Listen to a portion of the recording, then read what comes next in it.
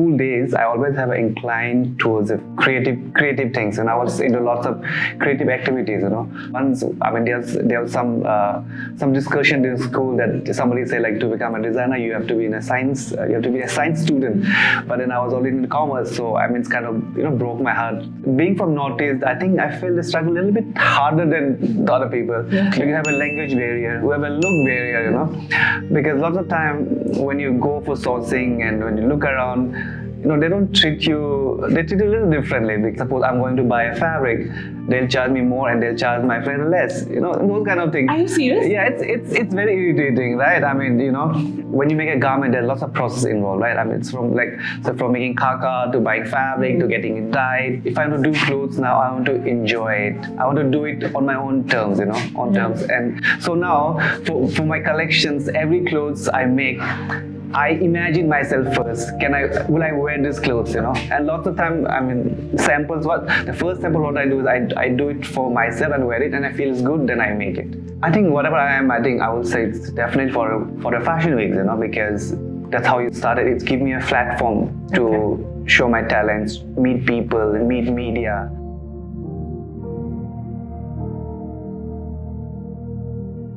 Okay, so what is your view on the Indian fashion in the global market? I think it's really growing now, because there are lots of really good designers like Boddy's.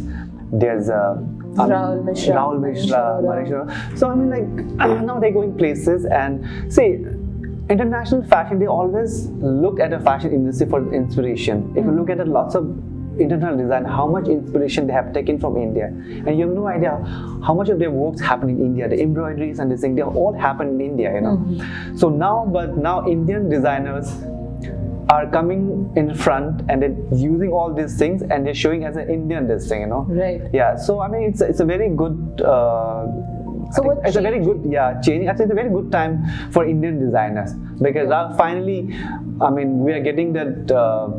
Dues which are supposed to get long time back, because this Western designer, they've always been taking our Indian thing and we've been doing it. So now we're more of, say, a fashion market than just a manufacturing market. We're just more of a fashion market, just a manufacturer. And because now I think they start respecting Indian designer. Right. Yeah. Okay.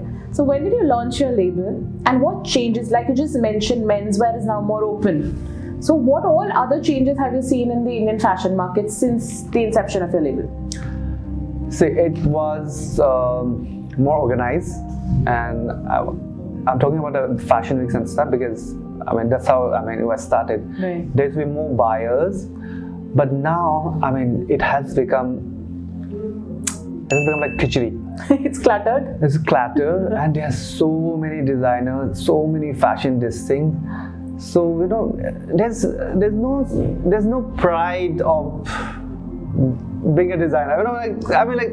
Of course I'm proud to be a designer. What I'm trying to say is, like, if you organize a fashion show, people are like, oh my god, okay, fashion, okay, let's go and watch. No, it's not like before. If you do a fashion show, there's so much of interest around it, so much of curiosity. People want to come and watch the show. That's not there anymore.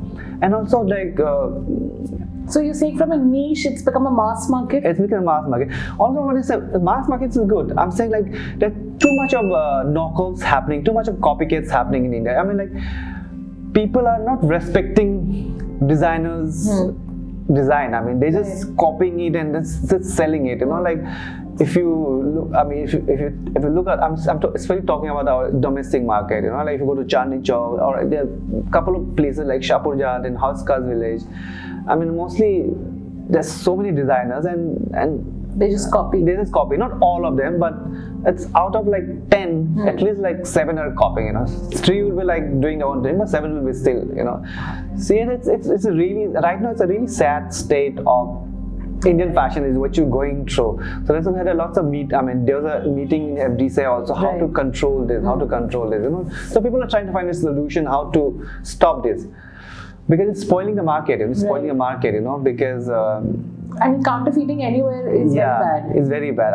Who's suffering? The real designer is suffering, because they're designing being copied by this thing and they're selling in a cheaper price, or then producing in a mass production.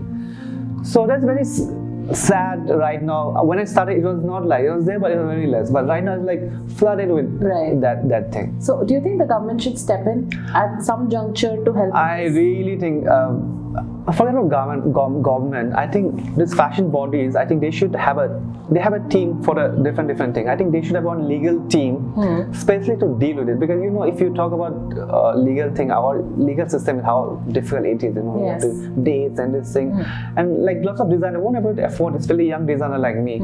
Even if I see somebody copy me, what can I do? I can't I can't do anything. I can't go to court and file a case and like go on and on. You know? Right. So I think what really need to be done is this fashion body need to be one complete team who is only dedicated for this, and they can charge like some minimum fee for every designer. You know? Right. Every designer, like even if they charge like every year for every designer, they charge like every month, like charge even like 1,000, 2,000, like there are 400-500 members. So imagine how much money is that. Right. So they can easily afford one legal team. One legal team. Yeah, to slowly look after that. And also if there's some fear that there's some legal thing to look after this, I think it don't finish completely, but it will really go down, you know. Yes. And there'll be more awareness, I think. So I think that's really need of the fashion industry right now. So, when you entered into the market, probably there was an offline market. Yes. Right? You actually seen the online market come and grow. Exactly, yeah. Okay. From where to where. Yes. So, where are you placed in the online market? And do you think the online market is actually helping your label?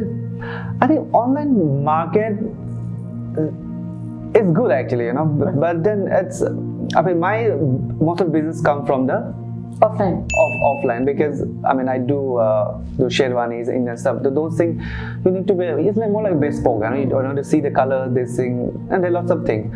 But then this online market, there's some business for online market also. But this online market also good in spreading awareness, because lots of people they look online and they come to you. Because how difficult it is to find somebody where the thing. Right. Because suppose I'm working with some online portal, obviously they don't mention my. I'm saying it, I'm openly saying it, I shouldn't discuss, I'm openly discussing it. But there are lots of people to come, they say, oh, we've seen your this thing, want to come and meet you. There are lots of people that do that, I mean, you know. Even with social media, where do you see your label in social media?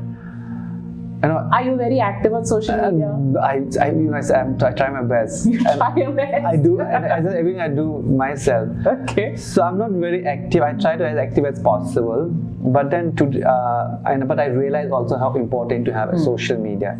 I done some what do you call it? Some promotion in social media, this thing, and I realized that lots of people. It do reach lots of people, and I do get lots of inquiry to the social media, and I do get lots of people who come through social media also. Then I realized, like, I think I really need to increase my social media presence, you know. And for that, like, I'm not very tech savvy, you know. Yeah. If I was, I could have do myself. There's not much to do, but then I'm not very good at it.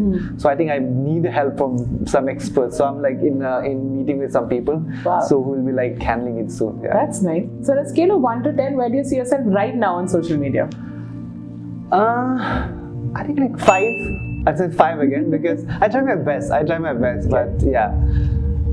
Okay, and what is the future of the Indian fashion industry in 2025, 2030? I think the future is really bright. As you talk about how does Rahul Mishra, you know, Boddy and even Suketi, they won like very prestigious award, and people are like now finally.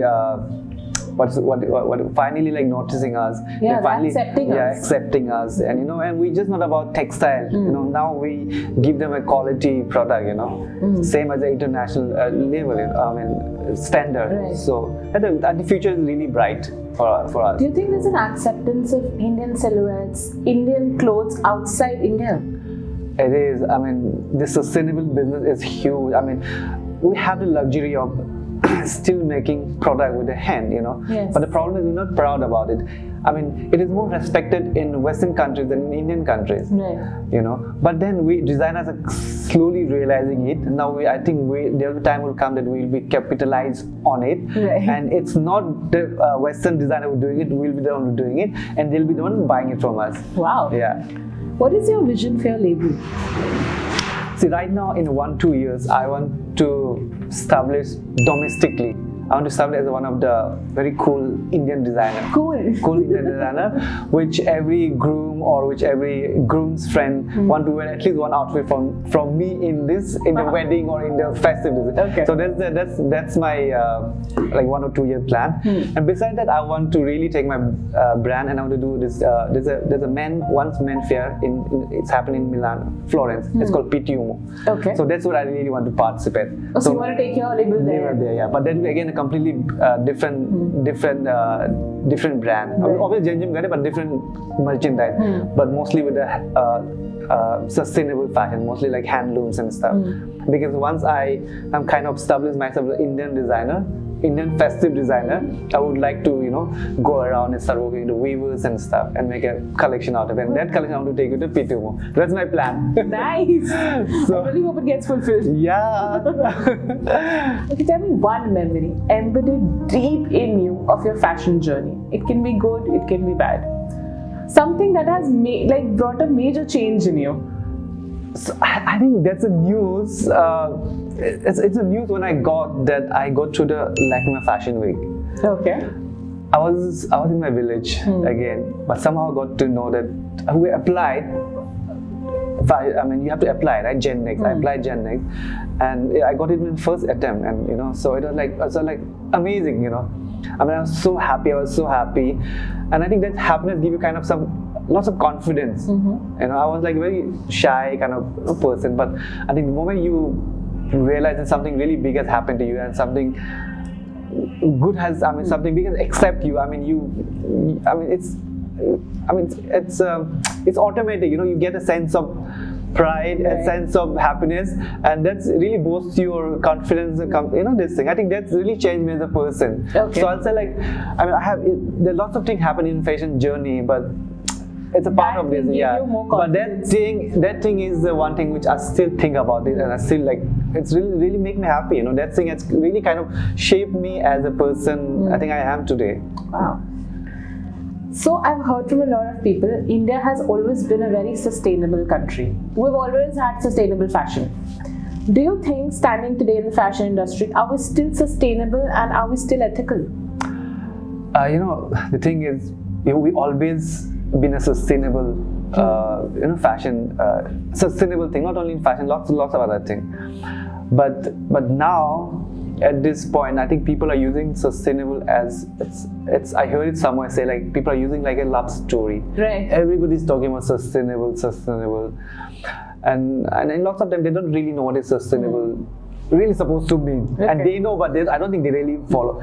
I think they just go and buy fabric from handloom people, and they are always sustainable, without actually knowing the meaning, without actually knowing the source, how it's come from, where it's come from. It's really sustainable, because sustainable not just mean the handloom this thing, right? And you don't know how it's been done also, and because last time you come through lots of even these weavers and all those things, they said they use natural dye and all those things, but it's not a natural dye, They're not? It's not. There are lots of, it's very, you go to this market and all those things, those, what do you call it, those textile market and all those things, and it's not true. So like that, lots of people are using this sustainable as just a name, so which is not really good. It's not a nice thing to do. But then lots of designers also really go deep into it, and you really this thing.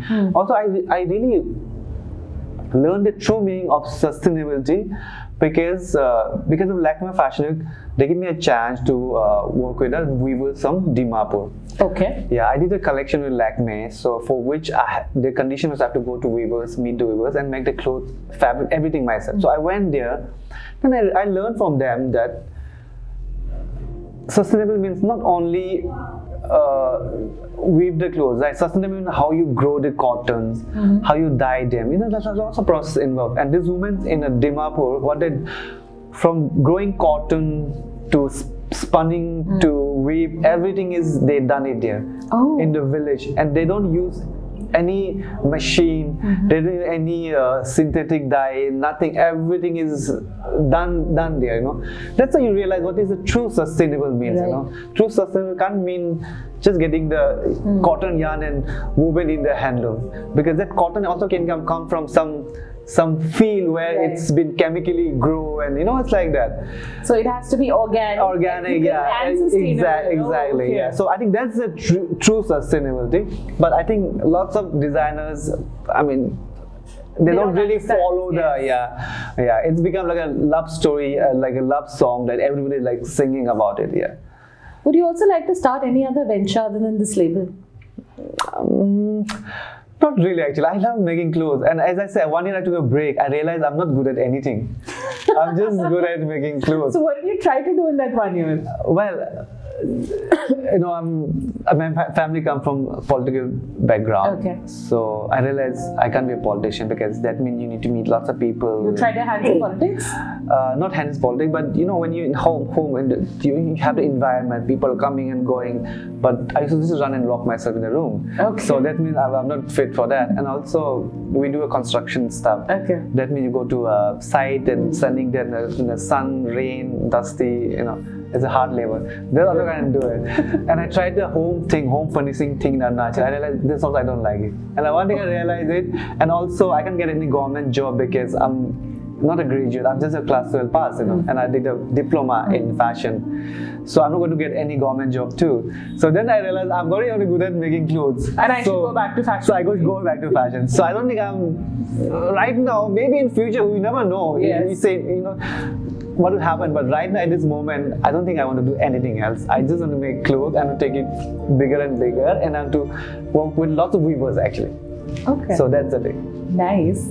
So when you say you want to work with weavers, do you think technology and weavers can come together to create something in India? I think it is. Yeah, I think it is important, because we need a balance also, because of wherever we are, because of technology, right? I mean, technology is good. It's just as long as you use in a good direction, not exploit it. So I think, see, the market demand will be like increased, right? And with a normal sustainable thing, I think it will be difficult to meet supply source in this thing. So I think somewhere we have to collaborate technology and sustainable in a very ethical way, where it's not harming. It still remain the true sense of sustainable still remain, and not divert from there, but make it more productive. Right. Make it more productive. I think so. I see them coming together because we need it. We need it also. So. Right. We do. Fashion industry is full of? Fashion is full of fashionable people. My love for fashion is?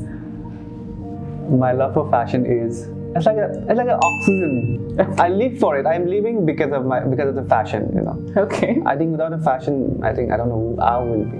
Okay. So, if I get to design a piece for Mr. Modi, I will create a dash for him. I'll create a full blingy jacket for him. Blingy. Because I think he likes to be a center of attention. He always looking for it. So I think what else will be better than that, making a full shiny outfit for him. Okay. So my views on CAA and NRC. It's just useless. It's just dividing the country. It's just going to waste our taxpayers' money. For useless. Answer in a word. I draw my inspiration from nature. A word I use too often when I'm drunk. I love you. You do? Oh my God. I'll go and kiss entire the audience.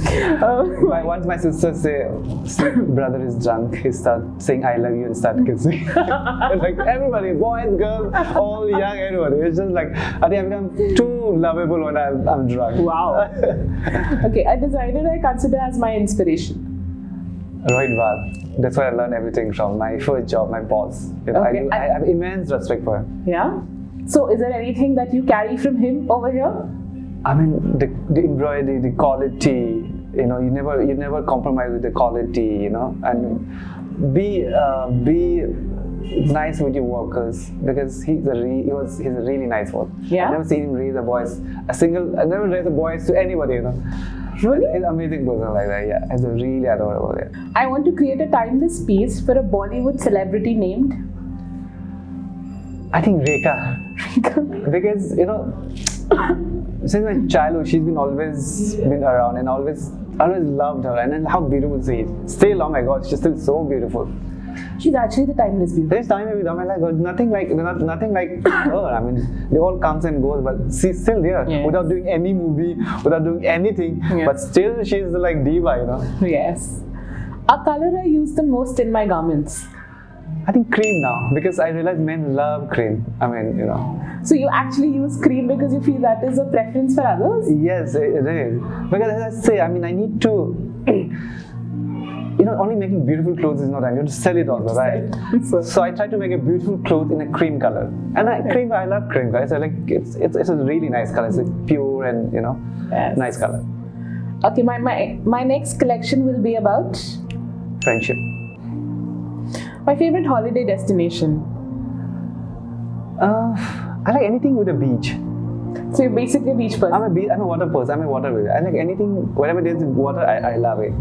Okay. It can be a river, it can be sea. I love wherever there's water, I love it. Wow. Yeah. Okay, so if you had to tell someone or persuade someone not to take fashion as a profession, how will you do it? I'll say, are you strong enough to handle your frustration? Because fashion is really frustrating. Okay. It's not easy. So are you tough enough? So you're basically going to tell that person, if you don't have the strength, don't do it. No, don't do it because it's nothing glamorous about it. If you're doing only for glamour, please don't do it. There's nothing glamour about fashion. Okay. What are your views on Sabyasachi into the H&M collaboration?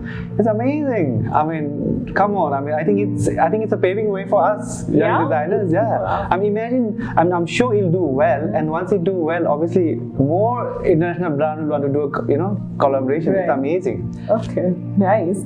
Probably it's one of my favorite pieces. And for this collections, if you look at the patterns, I took the inspiration from my Northeast heritage. So in Arunachal, there are lots of tribes, and each tribe has their own textile and own pattern. So I took out patterns from different tribes and I make a collage of the patterns. And I think end result is really nice. And also I use lots of gold sequins and studs and all those things because I wanted to give it a very disco feel to it, very modern feel to it. So now if you look at it, so you won't say like this is like Northeast pattern. It looks completely different. This thing. Hi, I'm Jenjum and you're watching me on I Know Fashion, and I hope you guys will enjoy my interview because I have opened my heart and had lots of candid discussions about fashion, so I'm sure you'll enjoy it. Thank you.